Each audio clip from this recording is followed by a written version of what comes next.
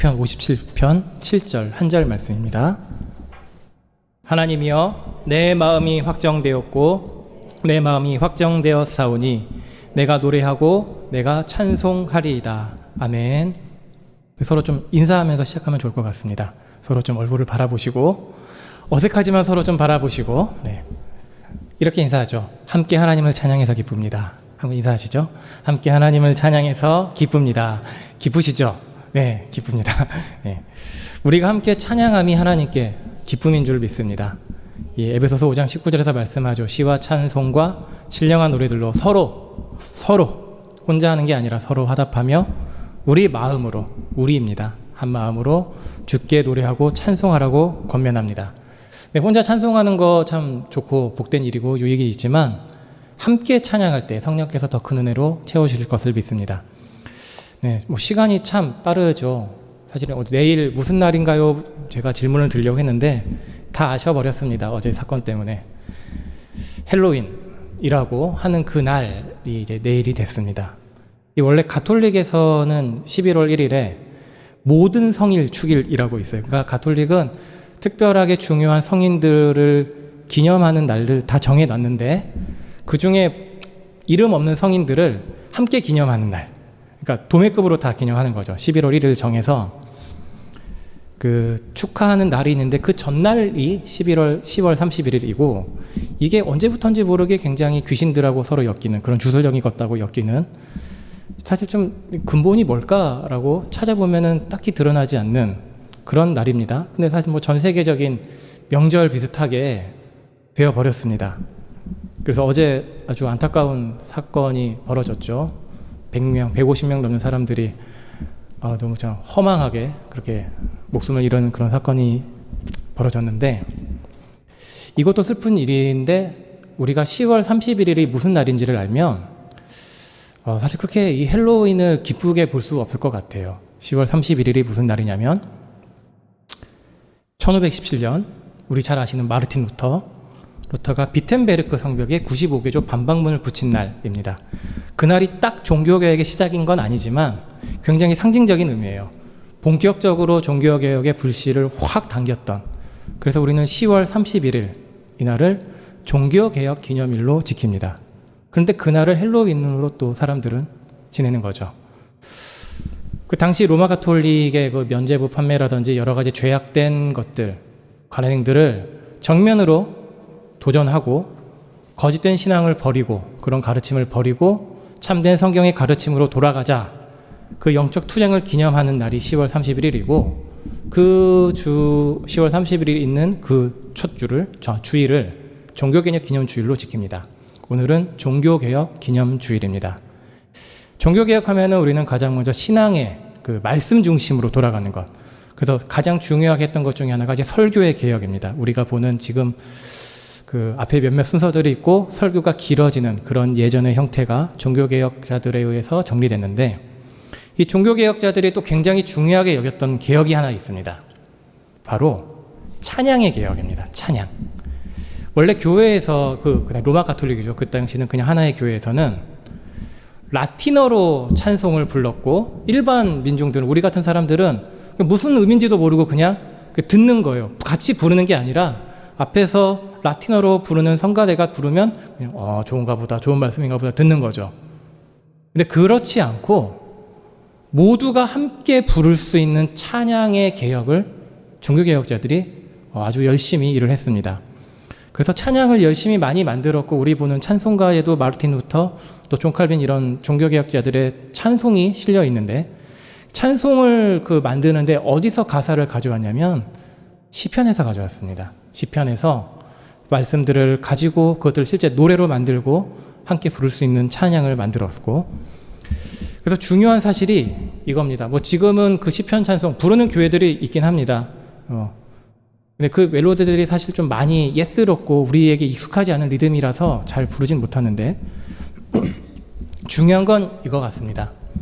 하나님께서 시편을 주셨고 그 시편이 처음 시가 쓰여졌을 때나 종교개혁 때나 우리 때나 변함이 없는 거죠. 동일하게 함께 하나님을 찬양할 수 있는 노래로 주셨다는 것입니다. 이제 종교개혁자들 얘기를 조금 더 하자면은 그 뭐 교리에 집중되고 또 투쟁적이고 그런 이미지를 생각하기 쉽지만 사실은 시편을 아주 사랑한 사람들이었습니다.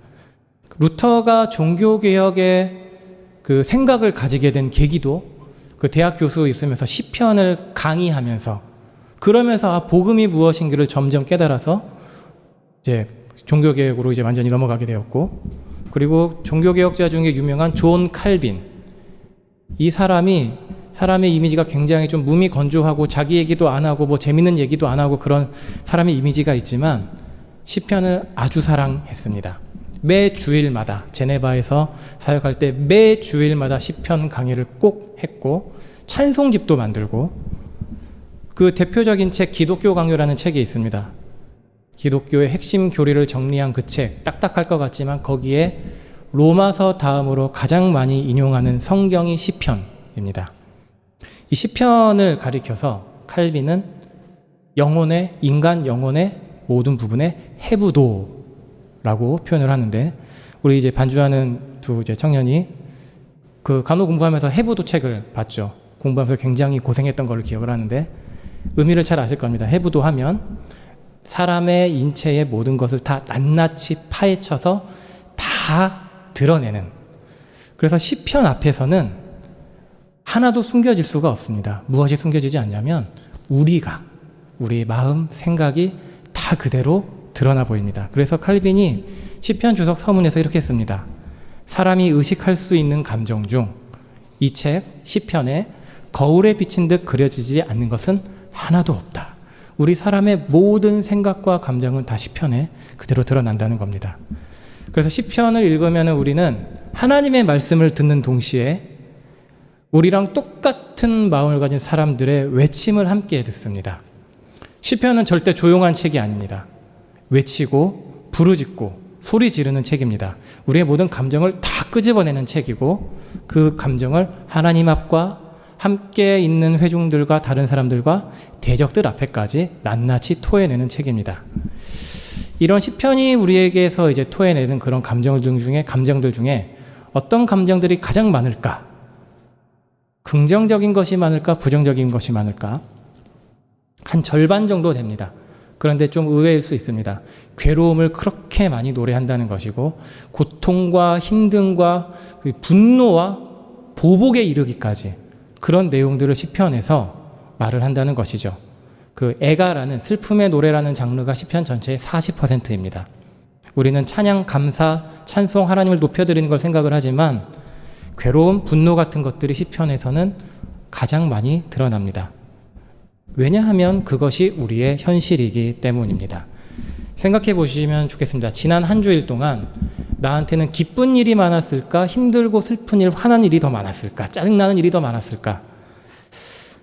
한두 가지 좋은 감정이 있었겠지만 사실 8가지, 9가지 안 좋은 것들, 사소하지만 안 좋은 것들을 늘 우리 가운데 더 많았다고 말할 수밖에 없는 것, 그게 우리 현실입니다. 내가 문제가 있는 것보다도 이상하게 상황이 꼬이죠. 왜 갑자기 일이 이렇게 안 되지? 왜 저 사람은 나한테 이유 없이 짜증을 부리지? 화를 내지? 그리고 또 지금 우리 겪고 있잖아요. 벌써 몇 달째. 나와 전혀 상관없어 보이는 저 먼 땅에서 일어나는 그 전쟁 사건이 왜 내 통장 잔고를 뒤흔드는 걱정을 하게 만드는 것인가? 왜 내 기름값을 어렵게 만드는 것인가? 이 뭐 경제적, 정치적으로 분석은 가능하죠. 어떻게 영향이 되고. 근데 그거랑 상관없이 당장 내가 힘든 것을 거기서 해결받지는 못하는 겁니다. 근데 우리는 이런 모습들, 뭐 나의 실수도 있을 수 있겠지만 주변 상황에서 나를 어렵게 만드는 그런 것들로 인해 내가 느끼는 안 좋은 모든 것들을 시편에서 함께 보게 됩니다. 그리고 오늘 우리가 살펴보는 이 시편 57편을 지은 다윗이 어떤 사람이었는가 생각해 볼 필요가 있겠습니다. 그 사람도 다윗도 우리랑 똑같이 수많은 어려움과 환난 가운데 함께 살았던 사람이라는 것이죠. 이스라엘에서 아주 특별한 사람 몇몇을 꼽자면 아브라함, 모세, 그리고 다윗이 있습니다. 하나님께서 이스라엘에게 영원한 왕조, 다윗 너의 후손들은 영원히 왕이 될 것이다 약속하신 왕이고, 아주 탁월한 군인이었습니다. 그리고 뛰어난 음악가, 그런데 이 다윗을 설명하는 표현 중에 하나님께서 다윗을 콕 집어서 하시는 표현, 사도행전 13장 22절에서 하나님께서 다윗을 보고 평가하시는 내용이 사도행전 13장 22절에 이렇게 나옵니다. 네. 다윗을 왕으로 세우시고 증언하여 이르시되 내가 이새의 아들 다윗을 만나니 내 마음에 맞는 사람이라 내 뜻을 다 이루리라. 네, 우리 하나님의 마음에 합한 자라고 하죠. 하나님의 마음에 합한 사람, 하나님의 마음과 뜻을 그대로 따르는 사람. 엄청난 칭찬입니다. 하나님이 아브라함에게는 나의 벗, 친구라고 하셨고, 모세에게는 하나님의 종, 하나님의 놀라운 권세와 권위를 가지고 하나님의 일을 수행했던 종, 그리고 다윗은 하나님의 마음에 맞는 사람, 칭찬을 합니다. 근데 이런 다윗의 생애를 성경에서 보면 좋았던 것보다는 괴로움과 환란이 훨씬 더 많은 것을 우리가 보게 됩니다. 어렸을 때는 양치기였습니다. 형들 위에 7, 역대기를 보면 8이 나오는데 양을 치며 밖에서 지냈다는 것은 집안에서 굉장히 천대받았다는 뜻입니다. 가족에게 인정을 받지 못했는데 그런 다윗을 사무엘이 기름을 부었죠. 왕으로 세웠습니다. 자, 이제 왕으로 기름 부어 세우셨으면 빨리 저 왕의 자리를 가져야 될 법하지만 그 이후에 다윗은 더 극심한 고생길로 가게 됩니다. 블레셋과의 전쟁에 나가서 골리앗을 죽였더니 인정을 받을 것 같았는데 사울은 천천히요, 다윗은 만만이라 다윗을 엄청나게 칭찬하는 것을 듣고 사울에게 질투를 이제 당하게 됩니다. 아주 인이 박혀서 가만히 있는데 사울이 2번이나 창을 던져 죽이려고 했고, 그 이제 도망 나와서 광야로 숨어 다니고 숲에서 숨어 다니고, 그러다가 결국 이제 이방인들, 대적들에게 자기 자신을 맡겨야 했습니다. 가드왕 아기스에게 가서 미친 척도 해야 됐고, 그리고 블레셋 땅 한 구석 받아가지고 거기서 겨우 더부살이 해야 했습니다. 그러다가 이제 사울이 죽고 왕이 되었는데, 이제 왕이 됐으니까 하나님의 뜻을 이룬 것 같구나. 그걸로 끝이 아닙니다. 처음에는 사울에 남아있는 세력하고 거의 7년 정도 계속 전쟁이 있었습니다. 사울의 아들 이스보셋하고 오랫동안 전쟁이 있었고, 그렇게 전쟁이 끝나고 나서 이제 다스리는데 아들 암논이 배다른 자매 다말을 겁탈을 합니다. 아주 창피한 일을 다윗이 당하게 되고, 근데 그 일 때문에 그 다말의 오빠인 압살롬이 암논을 암살합니다. 가족 안에서 서로 죽고 죽이는 일들이 벌어지고, 압살롬이 도망갔다가 다시 또 이제 다윗에게 은혜를 입어 돌아왔는데 그 압살롬이 반역을 합니다. 아들한테 반역을 당해서 도망자 신세가 됩니다. 반역이 끝나고 난 다음에 끝난 줄 알았는데 세바라는 사람이 또 반역을 합니다. 쉴 새 없이 전쟁과 피를 묻히고 살았던 사람이 다윗입니다. 그래서 우리는 다윗을 생각해 보면 시를 쓸 때에, 시편 쓸 때에 책상에 딱 앉아가지고 오늘은 무슨 악상을 떠올릴까 이렇게 시를 쓴 게 아니라 그 도망 다니면서 손에 피를 묻히면서 가슴을 늘 졸이면서 그런 상황 가운데 시를 썼던 것입니다. 그 시 중에 오늘 살펴보는 시편 57편도 있습니다. 우리가 보는 개역개정 성경에는 1절 앞에 그 설명 부분이 나옵니다. 제목과 같은 설명이 있는데 다윗의 믹담시 인도자를 따라 알다스에 맞춘 노래, 그리고 이제 중요한 상황 배경이 나옵니다. 다윗이 사울을 피하여 굴에 있던 때에, 시편 57편 언제 지었냐면 사울에게 피해서 도망다녀 목숨의 위협을 느낄 때였습니다. 그러면 다윗의 자리를 좀 상상해 보면 좋을 것 같습니다. 언제 갑자기 군사들이 닥칠지 모르는 거죠.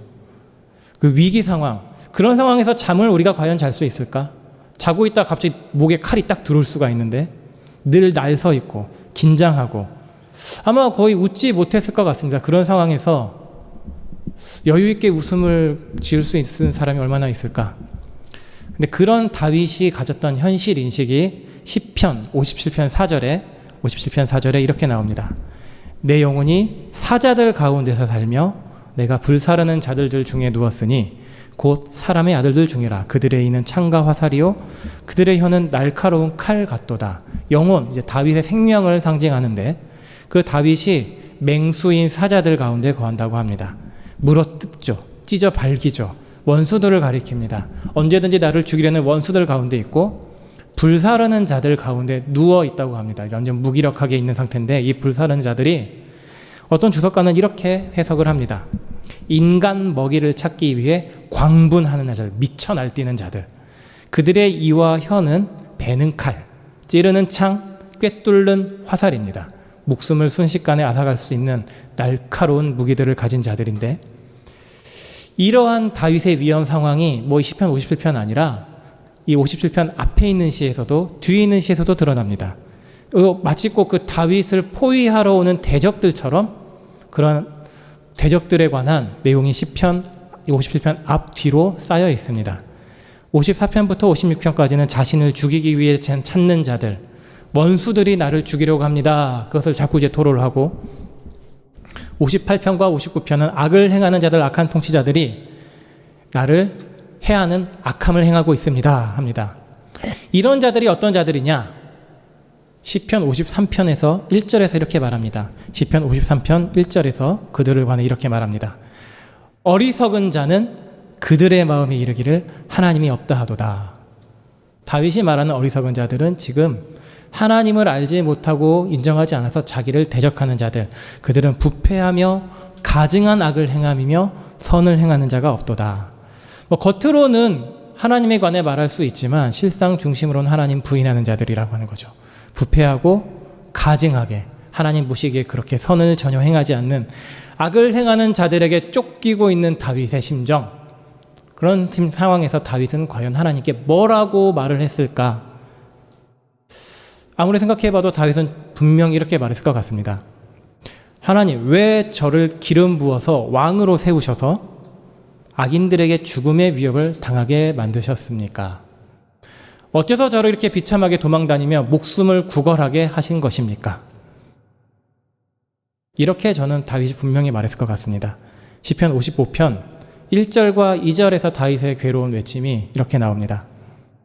하나님이여 내 기도에 귀를 기울이시고 내가 간구할 때에 숨지 마소서. 내게 굽히사 응답하소서. 내가 근심으로 편하지 못하여 탄식하오니 하나님 제발 내 부르짖음에 귀 좀 기울여 주옵소서. 내 간구 모른 척 하시면 안 됩니다. 내게 굽혀서 관심을 보이시고 응답해 주소서. 나는 이 당하는 근심 때문에, 고통 때문에 괴로운 숨밖에 내쉬지 못하고 있습니다. 이런 그 목숨이 왔다 갔다 하는 극심한 괴로움, 고난과 관련해서 성경에서 가장 유명한 사람 하면 우리는 바로 욥을 떠올릴 수 있습니다. 고난하면 욥이죠. 욥을 가리켜서 평가하는 내용이 욥기 1장 처음에 나오죠. 온전하고 정직하여 하나님을 경외하며 악에서 떠난 자. 그런 욥을 두고 사탄이 하나님께 내기를 겁니다. 시비를 거는 거고 도전, 도발을 하는 건데 이렇게 말하죠. 하나님이 욥을 편애하시니 욥이 저렇게 잘 살고 하나님 경외하는 것입니다. 그러니까 하나님께서 사탄의 도발을 물리치지 않으시고 그래 받아주마, 응해 주셨습니다. 사탄에게 말합니다. 네가 가서 욥에게 속한 것을 네 마음대로 해라. 그래서 사탄이 욥을 쳤습니다. 욥의 주변을 쳤죠.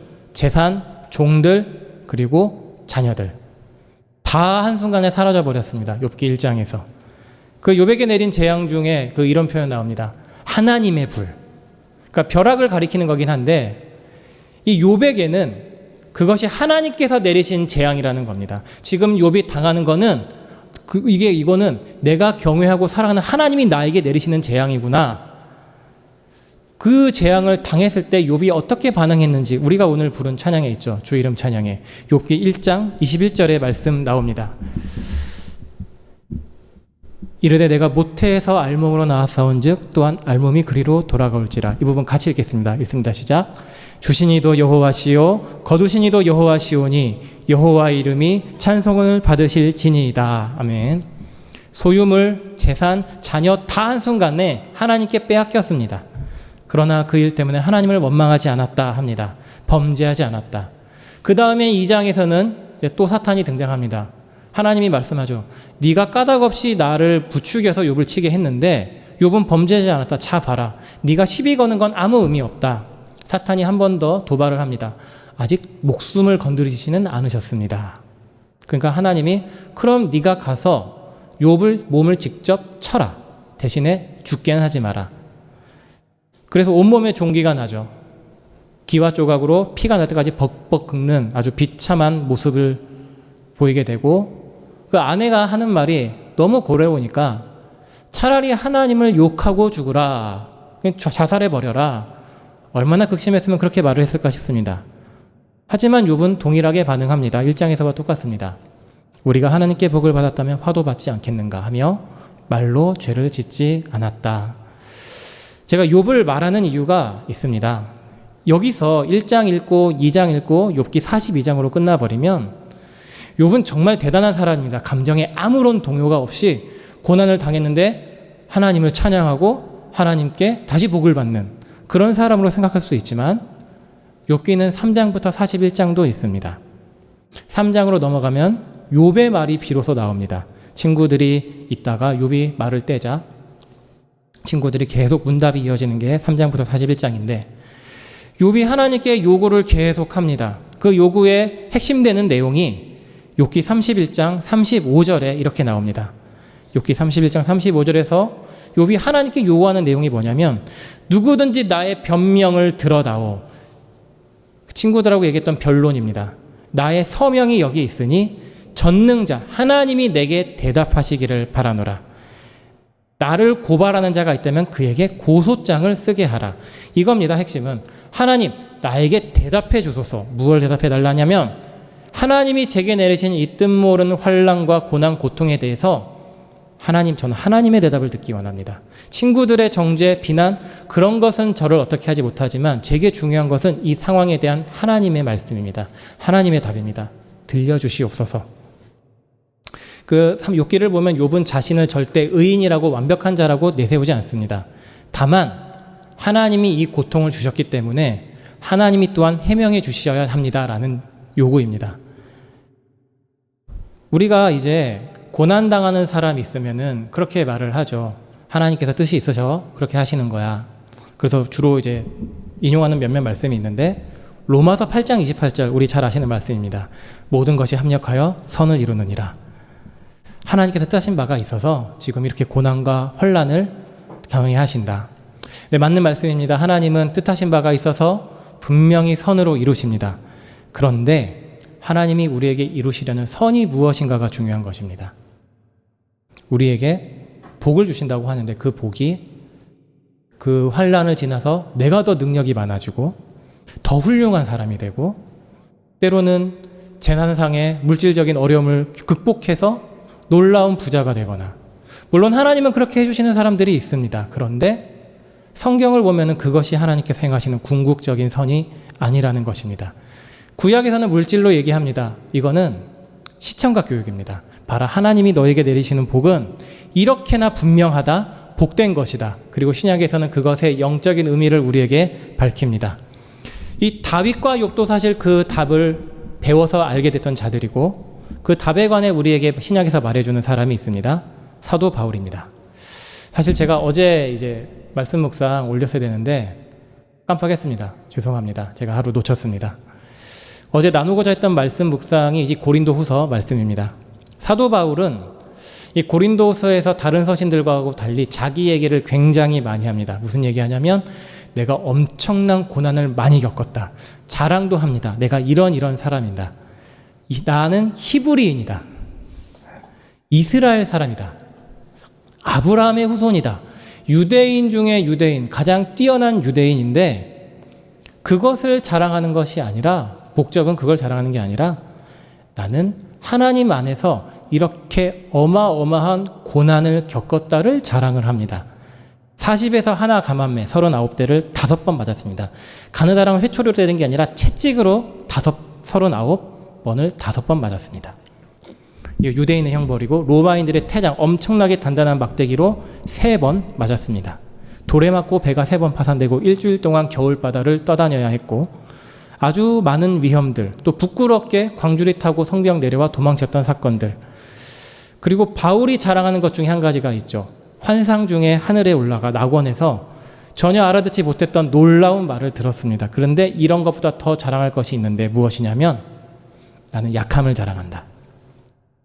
우리는 사실 약한 거 자랑하지 않습니다. 부끄럽고 숨기려고 하고 나는 이 부분은 잘 못하는데 세상은 내 약한 걸 말하면은 그래 넌 그거 못하는구나 쓸모없구나 라고 쳐내죠. 그래서 자기 PR 난 이거 잘합니다 라고 부각하라고 하는데 바울은 그렇게 말하지 않습니다. 내가 정말 자랑하는 게 뭐냐면 나는 육체에 가시가 있다. 이 가시가 그냥 조그맣게 찌르는 나뭇가시 수준이 아니라 커다란 못으로 떡떡 박아가지고 구멍을 만들어낼 정도의 고통인 것입니다. 그런데 이 가시를 누가 주셨냐? 사탄의 사자를 하나님이 주셨다. 내 육체에 가시고 사탄의 사자를 주셨으니, 하나님이 나에게 이 고통을 주셨으니 왜 주셨냐면 나로 자만하지 않게 하시기 위해서. 기도하고 하나님께 응답받아 내린 결론입니다. 그가 고린도후서 12장 10절에서 이 가시로 인해 자기가 배우게 된 겸손이 어떤 모습인지를 이렇게 고백을 합니다. 고린도후서 12장 10절입니다. 그러므로 내가 그리스도를 위하여 약한 것들과 능욕과 궁핍과 박해와 공고를 기뻐하노니 이는 내가 약한 그때의 강함이라. 약함의 목적이 있는 것입니다. 그리스도를 위하여. 그리스도가 목적이 되는 거죠. 내가 받는 이 능욕과 궁핍과 박해와 고난은 그리스도를 위한 것이다.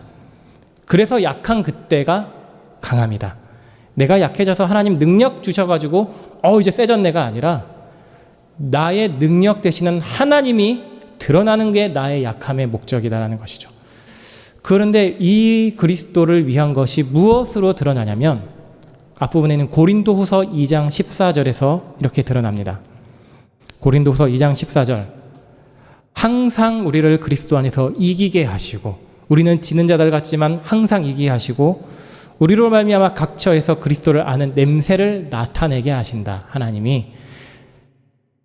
내가 고난받고 어려움 당하는데 이것을 통해 드러나게 하시는 것은 예수 그리스도라는 것이고, 바울의 복음 사역을 말하는 것이고, 예수 믿는 자들을 통해 예수님이 드러나는 것입니다. 우리에게는 고난과 고통이 죽음의 냄새죠. 모두 다 똑같습니다. 어려운 상황 오면 죽을 것 같은 위기를 겪으면 살 수 있을까? 하지만 하나님께서 예수 믿는 사람들에게 주시는 고난과 고통은 그것을 통해 오히려 생명을 드러내게 하신다는 것입니다. 나는 죽어가는데 그것을 통해 생명을 드러내게 하시는 하나님의 역설이 우리 그리스도인에게 주어지는 하나님의 고난입니다. 세상은 여전히 예수 그리스도를 보지 못하고 있습니다. 왜냐하면 사탄이 눈을 가리고 있기 때문에, 복음을 막고 있기 때문에. 그래서 그 사탄은 하나님의 허용 안에서 다윗을 괴롭히고 욥을 괴롭혔죠. 바울을 괴롭혔습니다. 지금도 복음의 빛을 보지 못하게 하고 가로막고 있습니다. 하지만 하나님께서 이런 사탄의 괴계와 방해 가운데서 하시는 일이 고린도후서 4장 6절 말씀입니다. 하나님의 놀라운 능력, 창조의 능력으로 하시는 일입니다. 어두운 데에 빛이 빛이라 말씀하셨던 그 하나님께서 예수 그리스도의 얼굴에 있는 하나님의 영광을 아는 빛을 우리 마음에 비추셨느니라. 아멘. 하나님께서 어디에 빛을 비추셨냐면, 이전에는 내가 사탄에게 막혀가지고 하나님 알지 못하는 어둠 가운데 있었지만 그 가운데에 예수 그리스도를 아는 빛을 비춰주셔서 하나님을 믿게 하시고 알게 하셨다. 우리의 혼돈 가운데 비추셨습니다. 그래서 우리 마음에 보배가 있습니다. 예수 믿는 사람 안에는 하나님께서 주신 보배가 있고, 그것이 그 뒤에 나오는 고린도후서 4장 7절 말씀입니다. 고린도후서 4장 7절, 이 말씀 우리 같이 읽겠습니다. 읽습니다. 시작. 우리가 이 보배를 질그릇에 가졌으니 이는 심히 큰 능력은 하나님께 있고 우리에게 있지 아니함을 알게 하려 함이라. 우리가 질그릇입니다. 깨지기 쉽죠. 자랑할 것도 없죠. 어려운 일이 너무 많습니다. 세상에서는 돈이 있으면은 솔직히 편리합니다. 많은 어려움들은 어느 정도 돈으로 해결이 가능합니다. 근데 하나님께서 예수 믿는 사람에게 그런 세속적인 복을 주셨다면 오해할 소지가 굉장히 많습니다. 하나님은 복을 주시는데 세상과 차별 없이 다를 바 없는 모습으로 복을 주시는구나. 그렇게 오해할 수가 있습니다.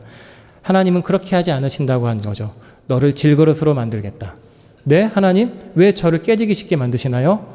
질그릇인 너를 하나님이 지켜서 하나님의 능력을 보이게 하겠다는 것입니다.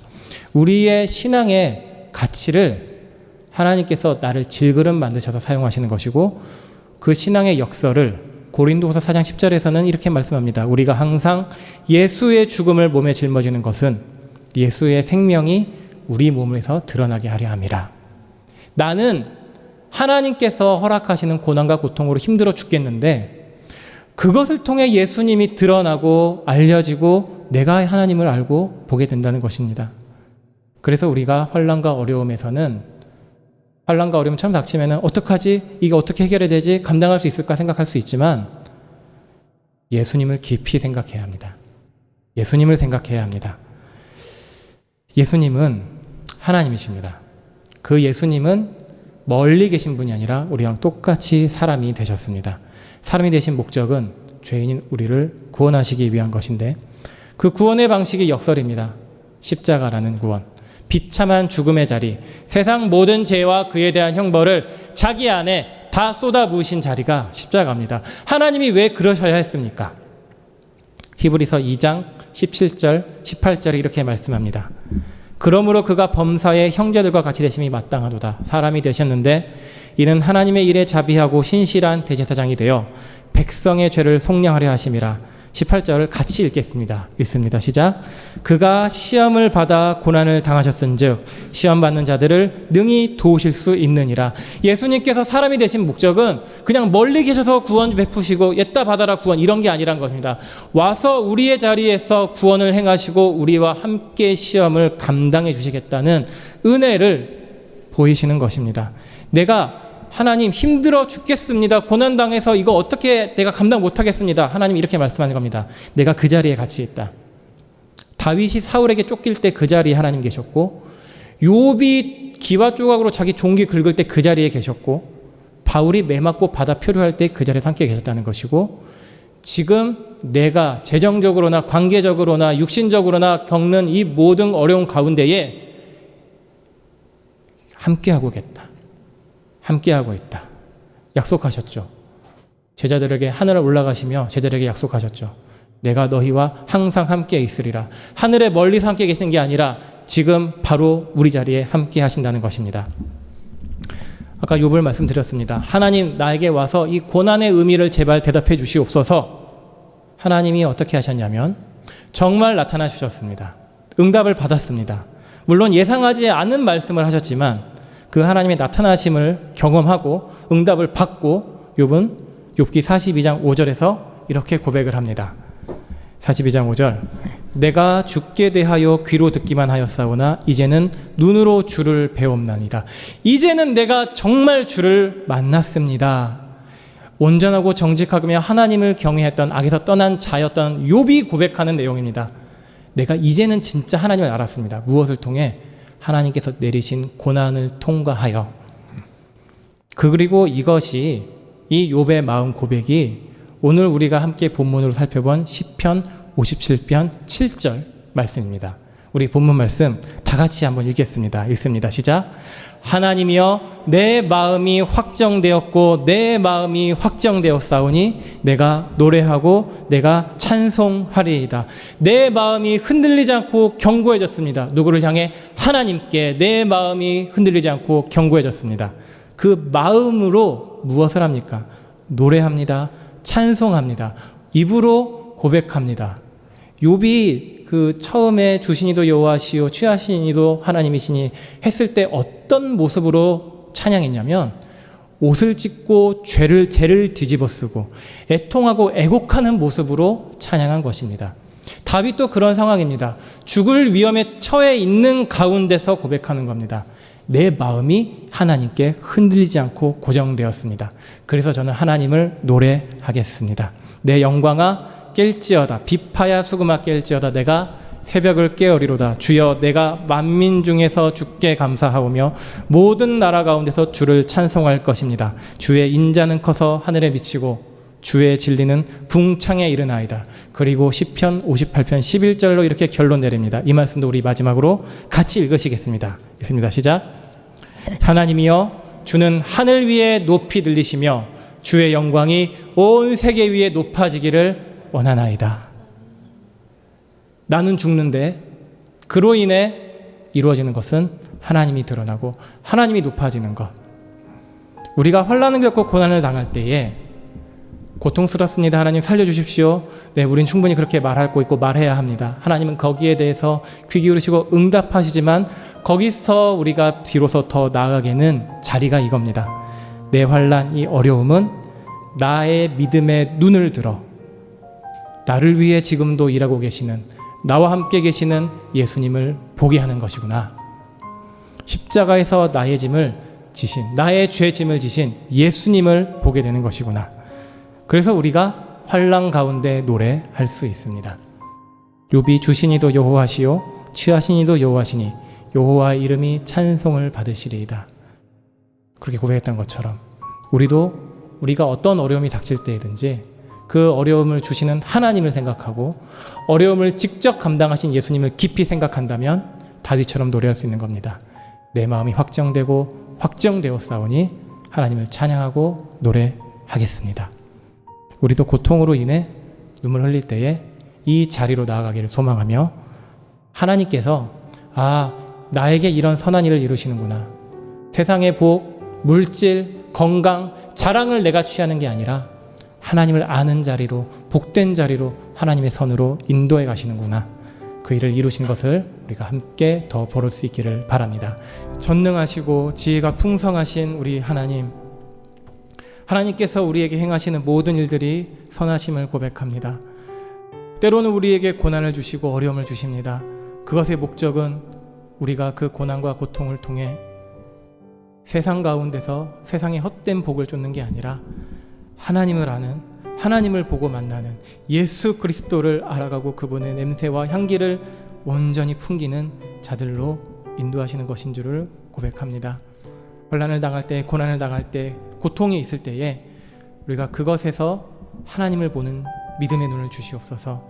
믿음의 눈 들어 우리가 하나님 보게 하시고 내 마음이 확정되고 확정되었습니다. 고통 가운데서 내가 하나님께 노래하겠습니다. 고백하는 신앙의 고백이 우리 안에 풍성히 넘치게 하여 주시옵소서.